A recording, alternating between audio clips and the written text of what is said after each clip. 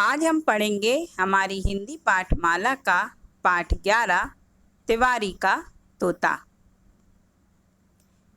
मनुष्य कभी कभी आत्माभिमान और स्वतंत्रता प्रेम को भूल जाता है।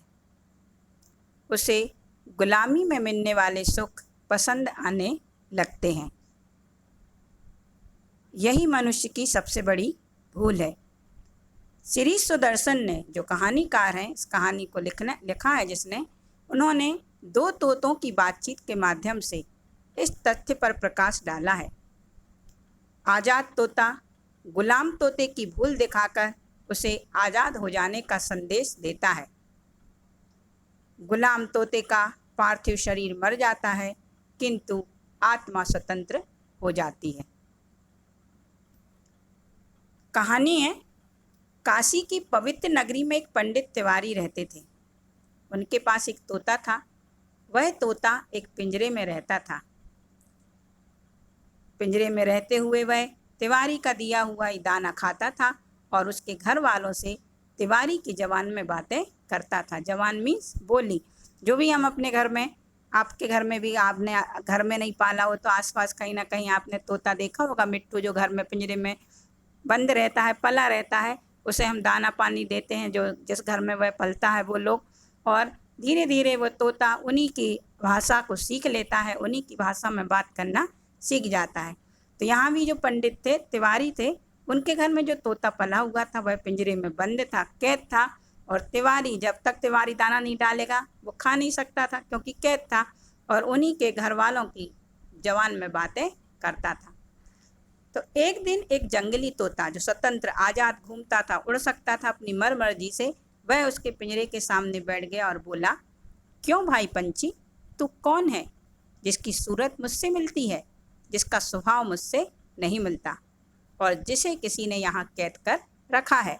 जो जंगल का तोता था वह बोलता है कि भाई तो मेरे जैसा ही दिखता है, परंतु स्वभाव मुझसे नहीं मिलता। स्वभाव मुझसे क्यों नहीं मिलता भाई? मैं आज़ाद घूम रहा हूँ, स्वतंत्र यहाँ से वहाँ उड़ सकता हूँ, तुम एक पिंजरे में कैद हो। तो पिंजरे के तोते ने जवाब दिया, मैं भी तुझ जैसा तोता हूँ और मेरा रंग भी तेरे रंग की तरह हरा है, मेरी चोंच भी तेरी चोंच की तरह मोटी है। फ़र्क सिर्फ यह है कि तू जंगल में रहता है और मैं इस मकान में रहता हूँ। मेरा मकान मजबूत है और तेरे जंगल में खतरे हैं। जंगल का तोता बोला, तुझ पर लानत है। लानत मीन्स धिक्कार।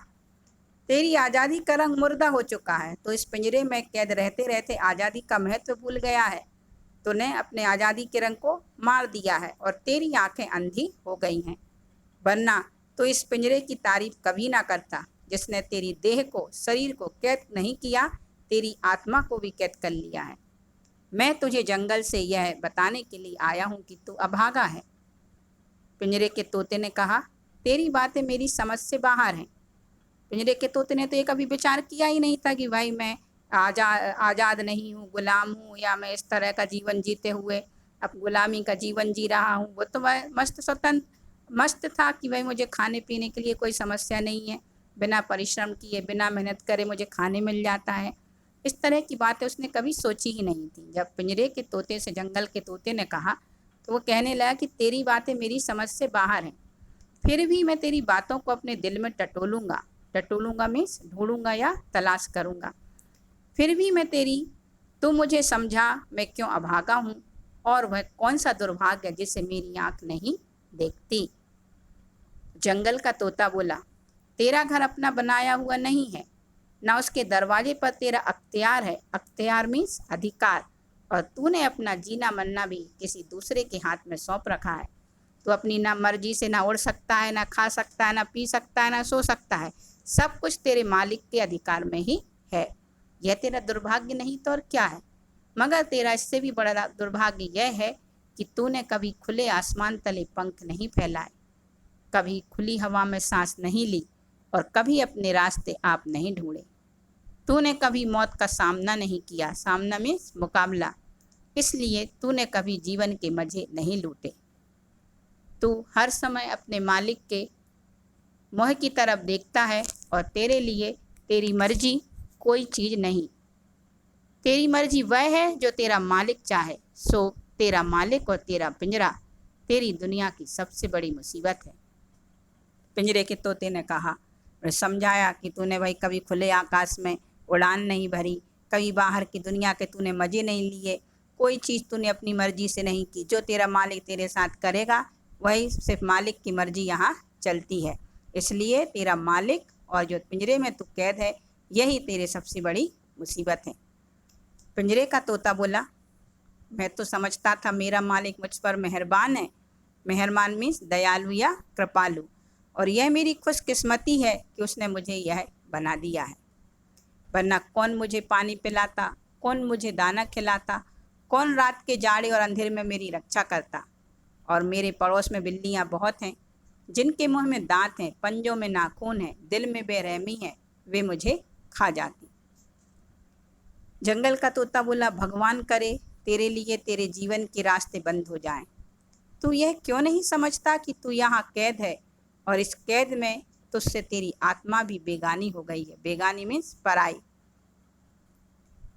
पिंजरे का तोता बोला, मैं कैदी नहीं हूँ, मैं जब चाहूँ पिंजरे में घूम सकता हूँ, पंख फैला सकता हूँ, सीटियाँ बजा सकता हूँ, मुझे कोई नहीं रोकता, मेरे पिंजरे में मेरा राज है। फिर मैं भला क्यों मान लूँ कि मैं गुलाम हूँ और मेरा घर मेरा कैद खाना है। जंगल का तोता बोला, इसलिए कि तू मालिक की बात सुनता है और मालिक की बोली बोलता है। सिर्फ एक दिन अपने मालिक की बात ना सुन और उसकी बात का उसकी बोली में जवाब ना दे, और फिर देख क्या होता है। जंगल के तोते ने समझाया कि तो इसलिए आजाद गुलाम है कि तू मालिक की बात सुनता है और मालिक की बोली ही बोलता है। यदि तू ऐसा नहीं करे, यदि एक दिन ऐसा ना करे, अपनी मालिक की बात ना सुन, उसकी बोली में जवाब ना दे, इसका परिणाम देखना क्या होता है।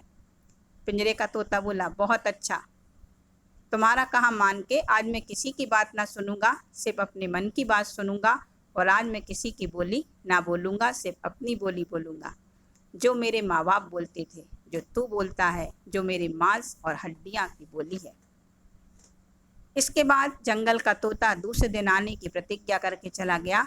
तो पिंजरे का तोता हैरान था, चकित था, और यह हैरानी उसके दिल पर और आँखों की पलकों पर छाई हुई थी। उसकी अंतरात्मा जाग गई। उसे अपने आप पर हैरानी हो रही थी कि मैं इतने दिन गुलामी का जीवन कैसे जी लिया। तो जब पंडित तिवारी का बेटा